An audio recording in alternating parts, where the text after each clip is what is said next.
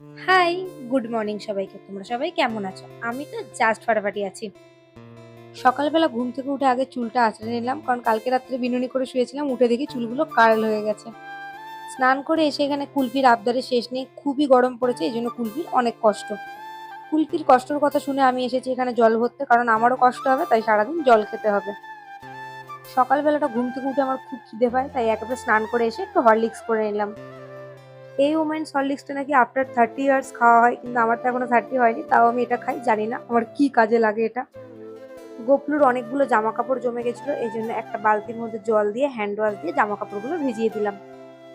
এখানে আমি অল্প করেই হ্যান্ড ওয়াশ দিয়েছি, কারণ বেশি ফেনা হলে বেশি করে জামা কাপড়গুলো ধুতে হয়, তাতে জামা কাপড়গুলো বেশি নষ্ট হয়। জামা কাপড়গুলো বেশ কিছুক্ষণ ভিজিয়ে রাখবো। আর এখানে নির্মলকা চলে এসছে আমার পুচকুগুলোর সাথে খেলাধুলো করতে। আমি বললাম চলেই যখন এসছো তাহলে পুচকুদের একটু বিস্কিটও খাইয়ে দাও। চালু আমার গোটা বিস্কিট একদম খেতে পারে না, বোকার মতো দাঁড়িয়ে থাকে, তখন রকি আর কুলফি মিলে খেয়ে নেয়। তারপরে আমি এখানে বসেছি পুজো দিতে। আজকে যেহেতু বৃহস্পতিবার, তাই জন্য ঘরটা এঁকে নিচ্ছি। গোপলুর জামা কাপড়গুলো আমি এখানে রোজ কাচি না, প্রায় 2-3 সপ্তাহ ধরে জমিয়ে তারপরে একেবারে কাচি। অন্য অন্য দিন গাছে ফুল না হলে বা ফুল না কিনে আনা হলে তখন আমি এমনিই পুজো দিই, কিন্তু বৃহস্পতিবার আমি যেখান থেকে পারি ফুল নিয়ে আসি, কারণ ওই দিনটা ফুল দিয়ে সাজাতে আমার খুব ভালো লাগে। পুজো সেরে এখানে এসেছি রান্না করতে। এখানে 5-6 পিস মতন মাছ নিয়ে নিয়েছি, সেটাকে নুন হলুদ মাখিয়ে ভেজে নেব। এতটাই গরম পড়ে গেছে যে রান্না করতে খুবই কষ্ট হয়, কিন্তু কিছু করার নেই। আবার রসিয়ে কষিয়ে রান্না না করলে আমার আবার খেতে মন চায় না। এদিকে এসেছি মাছগুলোকে খেতে দিতে। মাছগুলোকে আমি রোজ খেতে দিই না, 3 দিন খেতে দিলে 1 দিন গ্যাপ দিই। কালকে যেহেতু ওদেরকে খেতে দিইনি, তাই ওদের আজকে এত নাচানাচি।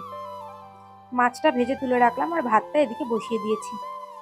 ভাবলাম মাছের ঝোলটা পরে করব। মাছের তেলটা ছিল, ওইটাকে আলু বেগুন পেঁয়াজ দিয়ে করে নিলাম।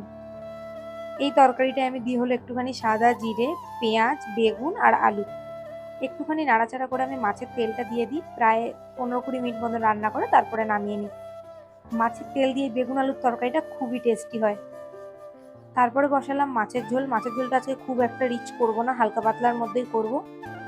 এখানে ঝোল দেখে বুঝতেই পারছো জলে একদম মাছ সাঁতার কাটছে, কিন্তু কিছু করার নেই, এই গরমে আর রিচ খেতে ইচ্ছা করছে না।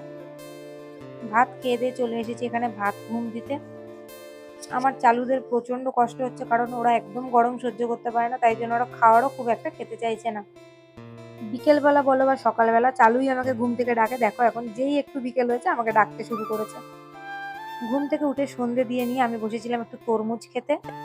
কি করি ভাবতে ভাবতে ভাবলাম যাই বিএমডাব্লিউটা নিয়ে একটু মাসির বাড়ি ঘুরে আসি। মাসির বাড়ি গজল দেওয়ার পরে আমি এখানে একটু খালের হাওয়া খেয়ে নিলাম। দারুণ হাওয়া দিচ্ছিল বিকেল বেলায়। কখনো দেখা যায় কুকুর বেড়ালকে তাড়া করছে, কিন্তু এদের আবার এখানে ভাব দেখো। ফুচকা খেয়ে চলে আসলাম বাড়িতে। আর এখানে জামা কাপড় কাচতে দিয়ে গেছিলাম, ওগুলো ভাবলাম আগে মেলে দিই। আর আসার সময় এক ট্রে ডিমও এনেছিলাম, ডিমগুলোকে ফ্রিজে উঠিয়ে রাখলাম। রাত্রে তো আমি সাধারণত তরকারি দিয়ে মুড়ি খাই, কিন্তু আজকে তো আর মাছের ঝোল দিয়ে মুড়ি খেতে পারবো না, তাই একটুখানি ডিম টোস্ট করে নিলাম।